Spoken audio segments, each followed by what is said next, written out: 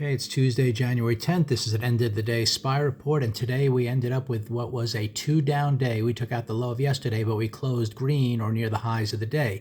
And it was a type of day where we had expectations coming into the day, and we had some key levels that would either confirm or not confirm those expectations. And we also had a few scenarios in mind. The first scenario, and the one that we were leaning towards, was that this was a fail. Yesterday was a failure, breakout to the upside, end up with big shooter bar, and we could be coming down to the low of the range. But we discussed and knew that we'd have to take out the low of yesterday. We'd have to go below the the pre-market lows, and we'd have to get below that purple line. That's kind of the confirmation of everything.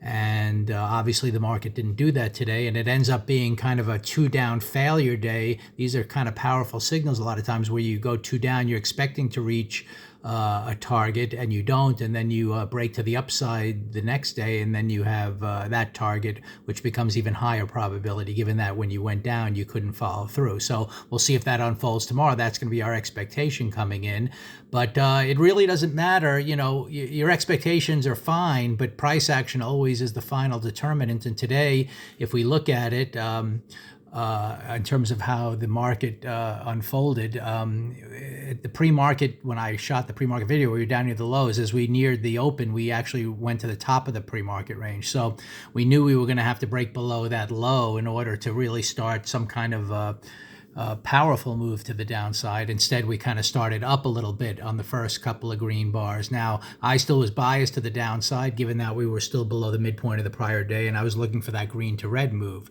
And in this case, I shot a quick video at the morning showing this would have been the entry point if you were trading the SPY on its own, the kind of this green to red move down here. Then you would have been looking to take out the low of the day, which it did, and then obviously there was pretty high probability to get to that intraday low, the pre-market low, because there are a lot of stops down there, but the market immediately went up again. So that was sort of a warning sign that maybe something is not developing here the way it should to the downside. I actually saw this little bar form here, and just based on the choppiness and coming back down below the pre-market highs, I decided to take a short trade here. But when I saw it didn't follow through, or I bought some puts, I immediately took a small gain here as well. And as it turned out, the market went up all day.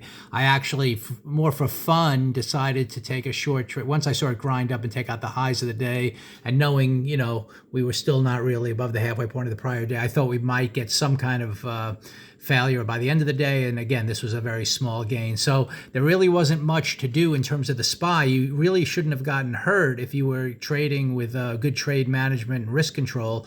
It turns out with that downward bias to start the day, thinking the shooter bar would come down, there were stocks that, I happened to take advantage of, like Tesla, that actually started down big with a red bar and then moved below on a first directional move, below the pre-market low. So this was an opportunity with your downward bias to look for certain stocks that were acting that way. The SPY obviously moved up above its pre-market high, so that was the big difference here. And as it turns out, I exited Tesla right around here, just given the fact that I can sense that the market itself was not, basically the bottom line is we had another scenario in play that was discussed that, we can come down and try to maybe take out this entire range, but it is also possible that we have a fair value gap in here, and the market's just kind of digesting time as the CPI numbers, come to the end of the week. We might just come down into this gap, kind of pause, and then get what I called like a shooter bar, followed by a hammer bar. It's not quite a hammer bar, but it almost looks like that, like a shooter bar down, a hammer bar up,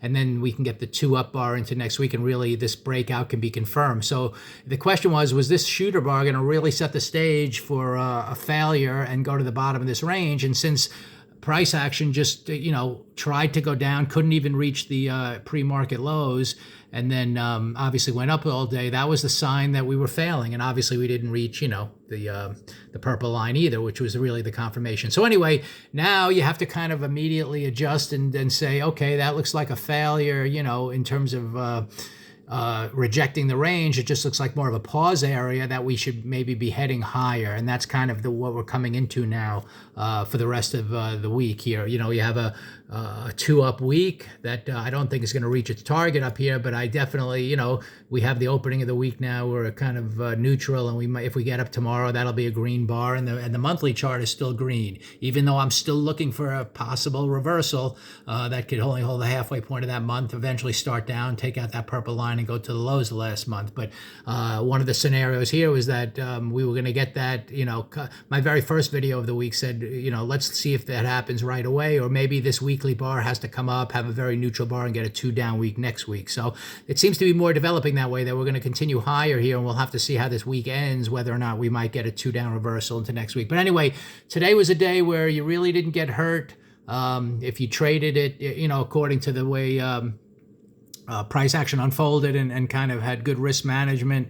For me, you would have scaled out below these lows and then had a break-even trade. This trade was a small gain, given that, you can sense that for an hour or so it wasn't going anywhere. And then this was just kind of a fun trade at the end of the day, the downside. I didn't see really any great strong trades to the upside today. Although if you looked at certain stocks, like I looked at Moderna, once I saw the market wasn't really failing to the downside, I looked for strong stocks. I bought that here and had a small gain to the upside. So there were certain stocks. I think Coinbase was a very good stock today that moved up. So once you saw the market wasn't coming down, you could have definitely found some good stocks to trade to the long side.